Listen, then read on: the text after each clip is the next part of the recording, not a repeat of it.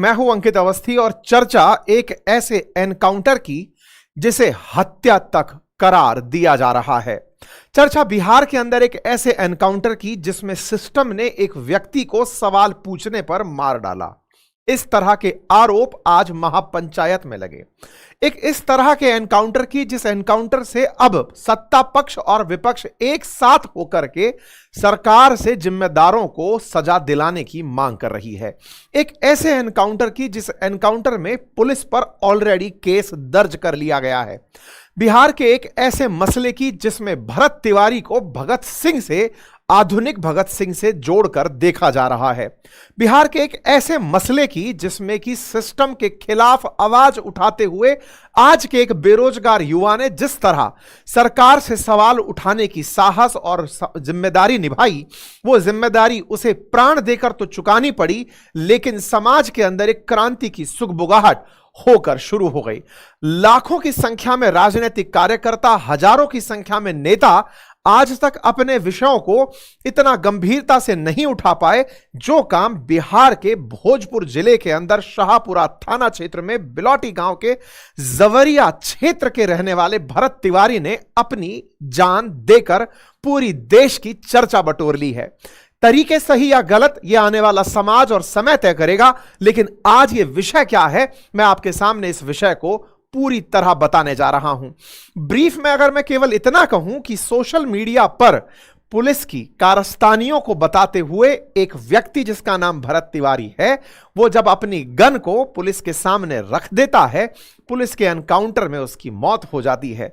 यह वीडियो पूरे देश के अंदर वायरल होता है कि कैसे अपनी पिस्तौल को जमीन पर रख देने के बाद भी एनकाउंटर में एक व्यक्ति की जान ले ली जाती है। लेकिन प्रश्न इसी बात में था कि किसी व्यक्ति के हाथ में पिस्तौल कर क्या रही थी जब वो अवैध रूप से आई थी। तो यह अवैध रूप से पिस्तौल और सिस्टम की जिम्मेदारी को जानने के लिए आज के इस सेशन में एंट्री करते हैं। द्वारा भरत तिवारी के द्वारा मुख्यमंत्री को, प्रशासन के तमाम अधिकारियों को लेकर डीएम से, एसडीएम से, तहसीलदार से, उन सभी को यह सूचित किया जाना शुरू हुआ कि आपके चुनावी वादे और हकीकत में बड़ा अंतर है।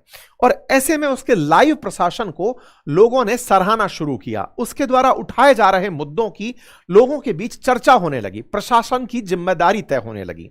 सही मायने में सोशल मीडिया नहीं, मीडिया का भी यही काम था कि वो सरकार की जिम्मेदारी तय करे। सरकार जब कोई वादे करे तो उसका ऑन ग्राउंड जाकर रियलिटी चेक करे। यह काम भरत तिवारी कर रहा था। By the way, Bharat Tiwari था कौन? भरत तिवारी एक सामान्य मध्यम वर्गीय परिवार में जन्मा व्यक्ति था जो कि एक सिपाही का, रिटायर्ड सिपाही का बेटा था। इसके द्वारा कई बार प्रतियोगी परीक्षाओं में पार्टिसिपेट भी किया गया था, लेकिन रोजगार नहीं मिल पाया। लेकिन इसने सामाजिक सरोकार को ही अपना रोजगार समझा था।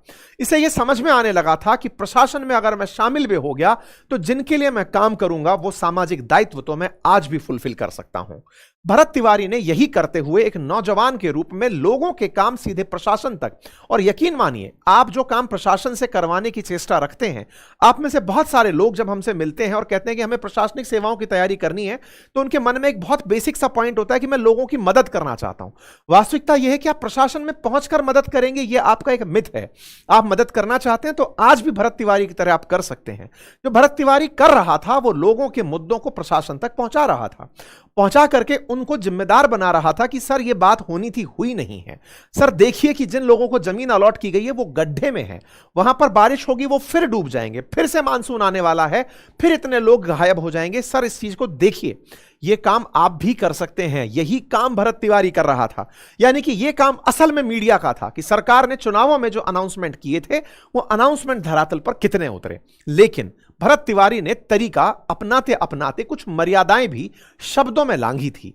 शब्दों में लांघते समय वो कई बार सीएम को या फिर उस समय के नीतीश कुमार जी को या प्रशासनिक अधिकारियों को लगातार ट्रोल्स की भाषा में ट्रीट कर रहे थे। वो उन्हें इस तरह से जिम्मेदार, चिरकुट जैसे शब्दों का इस्तेमाल करके लगातार ध्यान आकर्षित करने का प्रयास कर रहे थे।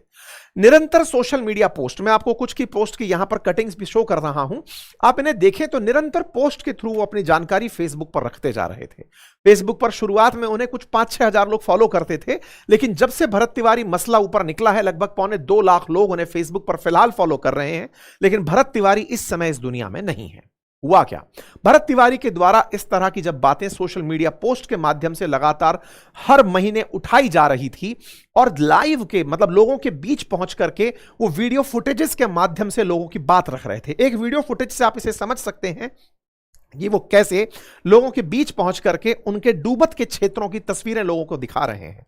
भरत तिवारी लगातार प्रशासन से मांग कर रहे थे। हाल ही में 5 मई के दिन उनका एक पोस्ट वायरल हुआ जिसमें उन्होंने जिस डीएम को जो भोजपुर के जो डीएम हैं उन्हें टैग करते हुए लिखा कि आज आपने सार्वजनिक रूप से आकर यह बताया कि कौन से कार्य होने हैं, इस कार्य के लिए आपका सम्मान है और कोई काम अगर छूट गया है तो वो मैं आपको बताता रहूंगा। प्रशासन में एक हायरार्की होती है। डीएम यानी जिला कलेक्टर, उनके अधीन होते हैं एसडीएम, यानी अधीन से मतलब अधीनस्थ होते हैं एसडीएम, सब डिविजनल मजिस्ट्रेट। सामान्यतया ये स्टेट सेवा के अधिकारी होते हैं। कुछ एसडीएम के साथ इसकी अनबन चल रही थी। अनबन के चलते लगता इनको भरत तिवारी को यह था कि इनकी सुनवाई ऊपर तक नहीं हो पाती एसडीएम के चलते। ये लगातार एसडीएम को सोशल मीडिया पर अपने ट्वीट्स के अपने पोस्ट के माध्यम से लगातार घेर रहे थे। इनकी पोस्ट धीरे धीरे आक्रामक होती जा रही थी। ये उन्हें चिरकुटबाज कहकर संबोधित करते थे। ये कहते थे कि कुछ प्रशासनिक अधिकारी हमारे इस क्षेत्र में काम को नहीं होने दे रहे हैं।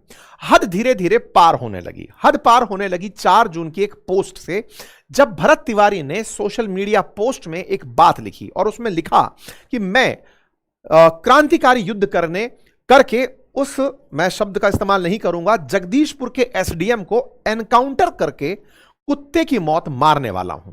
ये जो शब्द जब इन्होंने अपनी तरफ से लिखा तो इसमें इन्होंने इस बात को हाईलाइट किया कि मेरे खिलाफ कुछ षड्यंत्र करने लोग निकल पड़े हैं। बिहार के सिस्टम को मैं देख रहा हूं, सीएम को देख रहा हूं, एसडीएम का एनकाउंटर करके इस देश को ऐसे छपरी, मंत्री, अधिकारी, इन सब से मैं आजादी दिलवाऊंगा। भरत तिवारी का 4 जून यानी इस महीने के शुरुआत में किया गया जो ये पोस्ट था, इस पोस्ट ने अचानक प्रशासन की आंखें टेढ़ी कर दी कि कोई खुलेआम आकर के इस तरह से धमकी, एनकाउंटर की प्रशासनिक अधिकारियों को कैसे दे रहा है। निश्चित ही एक प्रशासनिक अधिकारी भी किसी परिवार का सदस्य होता है, देश का जिम्मेदार नागरिक होता है, सेवा नियमों से बंधा होता है। भ्रष्टाचार है तो उसके खिलाफ आपको उसकी शिकायत करने का अधिकार है। लेकिन भरत तिवारी के द्वारा इस तरह प्रशासनिक अधिकारियों को सोशल मीडिया पर जो डेथ थ्रेट दी गई, इस पर प्रशासन की अचानक आंखें खड़ी हुई। प्रशासन ने इस विषय पर संज्ञान लेना शुरू किया। पुलिस ने भरत तिवारी के इस घोषणा के बाद में और सख्ती से इस विषय पर नजर देना शुरू किया। 15 जून के दिन भरत तिवारी ने 2 दिन का अल्टीमेटम दे दिया। कहा कि या तो मेरे क्षेत्र के अंदर जो काम हो रहे हैं इसकी जानकारी दे दो, अन्यथा अगले 2 दिन के अंदर मैं कुछ ऐसा कर जाऊंगा जो आप लोगों के लिए एक नजीर सेट करेगा। यानी मैं एसडीएम को एनकाउंटर में मार दूंगा अगर मेरे क्षेत्र का काम नहीं हुआ। अब आप इसे 2 तरीके से देख सकते हैं। नजरिए 2 हैं। पहला नजरिया, ये वो नजरिया कि एक व्यक्ति जो समस्याओं से पीड़ित है, समाज की समस्याओं के लिए इतना परेशान हो गया है कि प्रशासन के सामने लगातार अपनी मांगे उठा रहा है, प्रशासन उसे नजरअंदाज किए चल रहा है और इस नजरअंदाजी में वो इतना मजबूर हुआ कि वो एक कट्टा जुगाड़ लेता है, एक अवैध पिस्टल जुगाड़ लेता है और एसडीएम को एनकाउंटर की डेथ थ्रेट देने लगता है। एनकाउंटर की डेथ थ्रेट देने वाला व्यक्ति सोशल मीडिया पर खुलेआम यह काम इसलिए कर रहा है ताकि प्रशासन को यह समझ में आए कि कितना समाज पीड़ित है कि वो हथियार उठाने के लिए मजबूर है। भरत तिवारी के दिमाग में एक क्रांतिकारी थॉट पैरेलली चल रहा था। वो लगातार अपनी पोस्ट के माध्यम से यह कह रहा था कि इस देश को क्रांति की जरूरत है। इस तरह के चिरकुटबाज अधिकारी, सीएम, राजनेताओं के खिलाफ, अधिकारियों के खिलाफ इस तरह की क्रांति की जरूरत आ पड़ी है जब उन्हें यह समझ में आए कि जनता पीड़ित है और वो हथियार उठा सकती है। उसके दिमाग में भगत सिंह चल रहे थे और भगत सिंह का वो दौर था जब अंग्रेज भारत पर राज करते थे, शासन अंग्रेजों का था और भगत सिंह ने अपने हाथ में इस प्रकार से सरकार को चुनौती देने का साहस किया था। भगत सिंह ने भी जब सरकार को चुनौती दी थी तो भगत सिंह सरकार की नजर में देशद्रोही ट्रीट किए गए, उन्हें क्रांतिकारी नहीं माना गया। भरत का भी यही कहना था कि अगर आज मैं निकल पड़ता हूं, आज की सरकार के लिए मैंने भले ही पिस्टल उठाकर गलत किया हो, लेकिन समाज के लिए अगर मैंने पिस्टल उठाई है तो यह आने वाला समय समझेगा कि पीड़ित होने के बाद मजबूरन लोग इस तरह की हरकत करते हैं। उन्हें जात पात से जोड़कर ना देखा जाए। वीडियो पोस्ट के अंदर भरत तिवारी ने कहा कि केवल शब्दों में ब्राह्मण को ना तलाशा जाए, मैं ओबीसी के साथ हूं, मैं SC ST के साथ हूं, मैं लगातार अपने अपने क्षेत्र के लोगों के लिए सरकार को जिम्मेदार ठहरा रहा हूं। हमारे लोगों के घर डूब गए हैं, आपकी लापरवाही से फिर मानसून आ रहा है, फिर वही सब चीज दोहराई जाएगी और नेता जो हैं वो चिलम गांजा फूंक करके कहेंगे कि हमने राज के लिए यह सब कर दिया। भरत तिवारी, अकाउंटेबिलिटी, लोकतंत्र के अंदर जब आप कहते हैं जनता का, जनता के द्वारा जनता के लिए शासन, तो यह जनता अकाउंटेबिलिटी चाह रही थी कि सरकार करे, लेकिन न्याय की मांग भरत तिवारी ने अपने हाथ में ले ली। सवाल है कि जब न्यायपालिका है तो तुलना है कि अंग्रेजों के समय पर भी न्यायपालिका हुआ करती थी। सवाल है कि पुलिस है तो पुलिस तो अंग्रेजों के सामने भी हुआ करती थी, लेकिन उस समय भी भगत सिंह ने जब अपने हाथ में क्रांति का कदम उठाया, बिगुल बजाया, तो यह तौर था उनका सोचने का कि सरकारों को जिम्मेदार कैसे ठहराया जाए।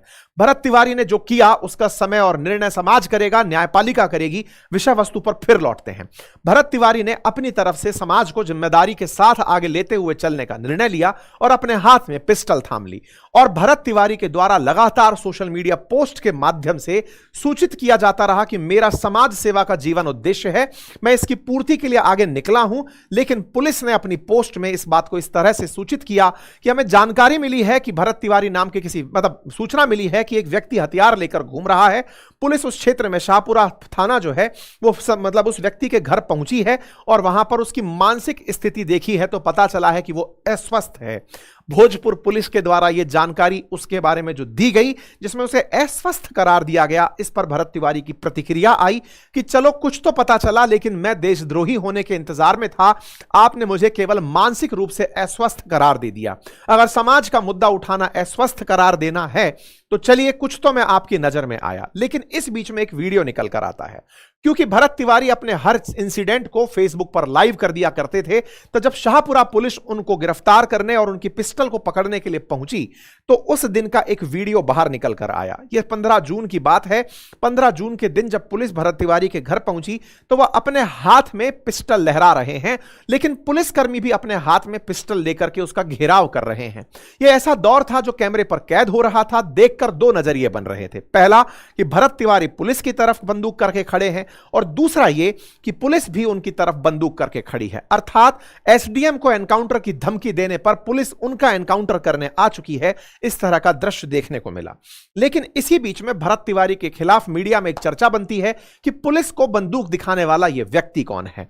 विषय वस्तु में बंदूक दिखाना हेडलाइन बनती है, लेकिन इस विषय के पीछे भरत तिवारी ने समाज के लिए जो बीड़ा उठाया हुआ था, एक मजबूर व्यक्ति था, यह कहीं पीछे छूट जाता है। लेकिन भरत तिवारी यहीं नहीं रुकते हैं। वो लगातार उन्हें पुलिस उनकी जगह पर हाउस अरेस्ट कर देती है और उनके घर के बाहर की कुछ तस्वीरें आती हैं जिसमें पुलिस भरत तिवारी के द्वारा शूट किए गए वीडियो में भागती हुई दिखाई देती, भागती मतलब गाड़ी ले जाके जाती हुई दिखाई देती है। खैर, यह सब चलता रहा।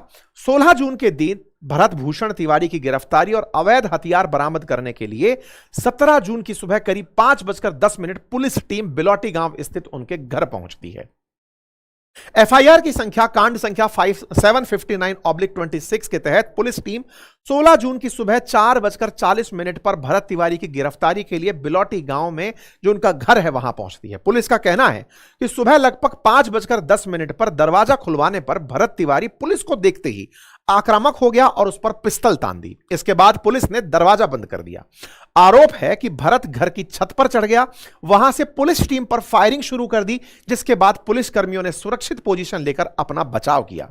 एफआईआर में भरत भूषण के साथ साथ उसके पिता काशीनाथ तिवारी और भाई चंदन तिवारी को भी आरोपी बनाया गया। तत्कालीन मामला थाना अध्यक्ष राजेश मालाकार के बयान दर्ज किए गए और इसकी जिम्मेदारी एक ASI assistant sub inspector Babita Devi को सौंप दी गई। एफआईआर में यह भी कहा गया कि पूछताछ के दौरान भरत के पिता और भाई ने उसके पास हथियार होने की जानकारी पुलिस से छिपाई थी, जबकि वास्तविकता यह थी कि वो सोशल मीडिया पर इन्हीं तस्वीरों को बार बार डाल रहा था कि मैं एनकाउंटर करूंगा, अदरवाइज मेरे क्षेत्र में काम करिए। बीते 1 साल से लगातार प्रशासन को जिम्मेदार ठहराते एक व्यक्ति ने अपने हाथ में हथियार उठा लिया।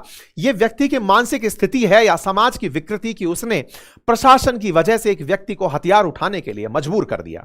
यह आने वाला समय तय करेगा, आप तय करेंगे कि यह कितना सही कितना गलत। लेकिन भरत तिवारी ने 17 जून के दिन पुलिस सिस्टम को अपनी तरफ से यह जानकारी देते हुए कहा कि आप लोग क्रांतिकारियों के जन्म से पीड़ित हो चुके हैं, मैं अपनी तरफ से जो काम करने जा रहा हूं वो पूरी तरह से मेरी मांगों की पूर्ति है। लेकिन अगले ही दिन भरत तिवारी को अरेस्ट करने जब पुलिस पहुंचती है, भरत तिवारी फिर से लाइव होते हैं और लाइव होकर के पुलिस के सामने अपनी पिस्टल को सुपुर्द कर देते हैं। कहने लगते हैं कि पहले बताइए कि आप मेरी कौन सी मांग पूरी करने वाले हैं। मांग की पूर्ति के लिए वो डिमांड करते हैं। जब मांग पूरी करने के नाम पर पुलिस अधिकारी उनसे कहते हैं कि ठीक है, आप पहले पिस्टल रखिए, तो भरत तिवारी कैमरे के सामने अपनी पिस्टल को पुलिस के नजदीक फेंक देते हैं। इतना नजदीक कि पुलिस जब चाहे उस पिस्टल को अपने कंट्रोल में ले सकती है। लेकिन वीडियो जैसे ही पॉज होता है, पता चलता है कि भरत तिवारी को पुलिस ने एनकाउंटर में मार दिया। पुलिस की रिपोर्ट में कि उसके पैर में गोली मारी गई, अस्पताल में पता चला कि वो मृत हो गए हैं। चर्चा निकलती है, सवाल उठते हैं कि जब पिस्टल पुलिस की तरफ भरत तिवारी ने फेंक दी, पुलिस जिसे अपने हाथ में कंट्रोल में ले सकती थी, उसे कैसे एनकाउंटर कर दिया गया। पुलिस ने जवाब दिया है कि भरत तिवारी फिर से पिस्टल लेने के लिए दौड़ा था, पुलिस पर फायरिंग का प्रयास किया था, तो आत्मरक्षा में पुलिस के द्वारा यह कदम उठाया गया। अगर आप इस वीडियो को खुद देखेंगे, इस क्लिप को खुद देखेंगे, तो जज कर जाएंगे कि यहां पर क्या सही और क्या गलत। इसीलिए इस विषय पर न्याय की मांग उठने लगी। न्याय की मांग उठने लगी, लोग प्रोटेस्ट करने के लिए उतरने लगे। पुलिस के द्वारा 17 जून के दिन जब उसे गोली मारी गई, पुलिस की गोली चलने से सुबह 10 बजे पता चलता है कि भरत की मौत हो जाती है। जब यह बात निकल कर आती है तो भरत तिवारी की मौत पर 18 जून सुबह 8:30 बजे उसके परिवारजन राष्ट्रीय राजमार्ग पर उसका शव रख करके पुलिस के द्वारा की गई इस हत्या के खिलाफ एफआईआर दर्ज कराने के लिए सड़क पर उतर पड़ते हैं। जब सड़क पर उतरते हैं, मौत की जिम्मेदार पुलिस को ठहराते हैं। परिजनों के द्वारा नेशनल हाईवे को रोककर प्रोटेस्ट किया जाता है। समाज के वो लोग जो भरत तिवारी के इस कार्य से प्रभावित थे, वो उसके पक्ष में आकर बयान देने लगते हैं और बयानों में यह बात निकल कर आती है कि पुलिस के द्वारा भरत तिवारी को मारा गया है। वहीं लगातार पुलिस उसके पुराने अपराधों को, उसके द्वारा किए गए कारनामों को, कि उसने समाज में, उसने सरकार को राजकार्य में बाधा पहुंचाई, तमाम प्रकार के मुकदमे दर्ज करके अपनी फाइल को मोटा करने में बिजी थी। पुलिस लगातार बताने में बिजी थी कि 24 मार्च को भी पुलिस ने जमीन के साथ एक विवाद में उसके खिलाफ केस दर्ज किया था। लेकिन सवाल वहीं की वहीं खड़े थे कि भरत तिवारी ने जब पिस्तौल फेंक दी थी तो उस पर गोली क्यों चलाई गई। और जब बात पुलिस के एफआईआर में भरत की ओर से 10 से 12 राउंड फायर करने की है, तो घटना स्थल पर सिर्फ 2 खोखा ही बरामद क्यों हुए। पुलिस की एफआईआर की प्रति में यह बात साफ है कि जैसे ही पुलिस का एक जवान भरत भूषण तिवारी के फेंके गए पिस्टल को जब्त करने हेतु आगे बढ़ा, तभी भरत भूषण तिवारी ने तेजी से दौड़कर लपक कर अपना पिस्टल उठा लिया और पुलिस के लक्ष्य पर 2 फायर किए। यह बात लोगों को हजम नहीं हो रही है। विधि विज्ञान प्रयोगशाला की भोजपुर टीम द्वारा घटनास्थल पर पहुंचकर घटनास्थल का विस्तृत निरीक्षण किया गया। घटनास्थल से 7.65 बोर का 0.2 खोखा, 7.65 बोर का एक लोडेड पिस्टल, जिसे खोलने पर मैगजीन में 7.65 बोर के 2 जिंदा गोली लोड किया गया, पाया गया। मुठभेड़ पे इस पूरे घटनाक्रम में भरत भूषण तिवारी द्वारा अपने हाथ में लिए अवैध पिस्टल से 10 से 12 चक्र फायर किए गए। पुलिस द्वारा आत्मरक्षार्थ एवं जन सुरक्षार्थ कुल 5 चक्र फायरिंग की गई। इस प्रकार का मामला पुलिस ने अपने बयान में दर्ज किया। लेकिन इस मामले की सत्यता लोगों को पच नहीं रही थी, क्योंकि वीडियो में सब कुछ प्रत्यक्ष था कि यह संभव नहीं कि इतना दूर पिस्टल फेंकने पर जो पुलिस के नजदीक पहुंच गई पिस्टल है, और उसमें भी अगर फायरिंग की बातें कही गई हैं तो वो कहीं से कहीं तक नहीं है। खैर, पुलिस ने उसे मार दिया। पुलिस ने उसे मार दिया, यह बात समाज के लोग आज सड़क पर खड़े होकर कह रहे हैं। महापंचायत में लोग बिहार के अंदर उसकी इस मौत का जवाब जिम्मेदारी के रूप में मांग रहे हैं। उसके लिए न्याय मार्च निकाला जा रहा है। समाज के अंदर 17 तारीख के बाद, 18 तारीख के बाद एक जनजागृति फैली। बिहार के अंदर जिम्मेदारी ठहराई जानी शुरू हुई। चर्चा शुरू हुई कि उसे क्यों मार दिया गया। प्रशासन से जिम्मेदारी ठहराने के ऊपर सवाल पूछे जाने शुरू हुए कि केवल इसलिए कि वो एक ब्राह्मण जाति से आता था, कम ऐसी संख्या में बिलोंग करता था जिसके खिलाफ सरकार में नफरत है, केवल इसलिए कि सरकार ब्राह्मणों को टारगेट करके अपना वोट बैंक मजबूत करना चाहती थी। क्या ब्राह्मणों को इसलिए निशाना बनाया जाना शुरू हुआ क्योंकि सरकार के नैरेटिव में यह फिट बैठता है कि सरकार ओबीसी, एससी, एसटी के साथ में रहकर ब्राह्मणों को गोली मार सकती है। 90 बनाम 10 की राजनीति में, क्योंकि कांग्रेस भी 10 बनाम जब 90 की बातें बोलती है तो उसे भी यह हिट करता है कि चलो अच्छा है, यादव राजनीति हो, मुस्लिम राजनीति हो, सबके लिए आसानी से ब्राह्मण को टारगेट किया जा सकता है। सवाल पूछे जाना शुरू हुए। जब सवाल पूछे जाना शुरू हुए तो भाजपा के ब्राह्मण नेता बाहर निकल कर आए और उन्होंने इसके लिए सरकार से कहा कि जिम्मेदारों को आप सजा दिलवाइए, क्योंकि सरकार से ही सवाल पूछे जाने शुरू हो गए हैं। ऐसे में अश्विनी चौबे का बयान वायरल होने लगा। जाति से ऊपर उठकर के लोग, राजनीतिक दलों से ऊपर उठकर के लोग जिम्मेदारों को सजा दिलाने के लिए देश भर में बाहर निकलने शुरू हुए। तमाम प्रकार के धर्मावलंबी, कथावाचक सभी लोग अपनी अपनी राय रखना शुरू हुए कि अगर सिस्टम से इस प्रकार की हरकतें होंगी। सवाल पूछे जाने शुरू हुए, लेकिन एक सवाल और पूछा जाना शुरू हुआ कि अगर इस तरह से पिस्टल हाथ में लेकर के अगर कोई व्यक्ति इस तरह की हरकत करेगा तो उसे कितना ठीक ठहराया जाएगा। निश्चित ही, लेकिन इसका जिम्मेदार कौन है यह आने वाला समय तय करेगा कि सिस्टम ने भरत तिवारी के हाथ में बंदूक पहुंचाई थी या भरत तिवारी की बंदूक ने उसे एनकाउंटर तक। यह सवाल तो आप और हम आने वाले समय में जब व्याख्या करेंगे तब तय करेंगे, लेकिन आप इस विषय को समझ चुके हो तो अपनी राय कमेंट बॉक्स में अवश्य दीजिएगा। फिलहाल के लिए बिहार सीएम ने 20 जून के दिन जुडिशियल इंक्वायरी के लिए आदेश दे दिए हैं। साथ ही साथ में सम्राट चौधरी जी ने अपनी तरफ से सेवानिवृत्त न्यायाधीश के समक्ष इसके निष्पक्ष जांच हेतु बात रख दी है। 22 जून को एडीजी लॉ एंड ऑर्डर ने अपनी तरफ से इसकी गलती मानी। उन्होंने इसकी जांच डीआईजी डॉक्टर सत्यप्रकाश को सौंपी। इस प्रकार की जानकारी निकल कर आई। प्रारंभिक जांच में लापरवाही सामने आने के बाद एक थाना प्रभारी, 2 एसआई और 1 एसआई और 1 कांस्टेबल को सस्पेंड कर दिया गया। सस्पेंशन का कारण भी पता चला कि चलिए भाई, ऑब्वियस ही बात है कि आपने अगर गोली मारी है इसका मतलब आप गुनहगार तो हैं, क्योंकि एनकाउंटर रक्षा का अधिकार नहीं है। आत्मरक्षा में आपको पुलिस के अंदर, पुलिसिंग जो हमने भी की है उसमें भी यह समझाया जाता है कि आत्मरक्षा में गोली चला सकते हैं, मार नहीं चल सकते। एनकाउंटर का जो बढ़ता क्रेज है उस क्रेज के चलते ये हरकतें हुई हैं। वर्तमान में भरत तिवारी की मां आशा देवी की ओर से यह डिमांड की गई है, आवेदन किया गया है कि आप थाना अध्यक्ष समेत पुलिसकर्मी, एसडीपीओ, इन सब को मतलब एक जिम्मेदार ठहराया जाए, पता चले कि असल में उन्हें आदेश किसने दिया था। तमाम राजनीतिक दल बिहार के अंदर हो, देश के अंदर हो, तमाम सरकार से जिम्मेदारों को सलाखों के पीछे भेजने की मांग कर रहे हैं। बाकी फिलहाल के लिए इतना ही।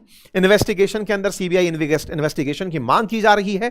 देखा जा रहा है कि यह आगे क्या होगा, लेकिन हमारे देश के अंदर एनकाउंटर का यह पहला मामला नहीं है। इस देश में बहुत से ऐसे और मामले भी हुए हैं जिन पर कभी हम आपके सामने विस्तार से चर्चा करेंगे और बताएंगे कि उस समय आवेश में किया गया ये जो घटना होती है इसके लास्टिंग परिणाम कितने होते हैं। बाकी आप इस विषय पर क्या सोचते हैं, अपनी राय कमेंट बॉक्स में अवश्य रखिए। चैनल पर नए हैं तो सब्सक्राइब कर लीजिए। धन्यवाद।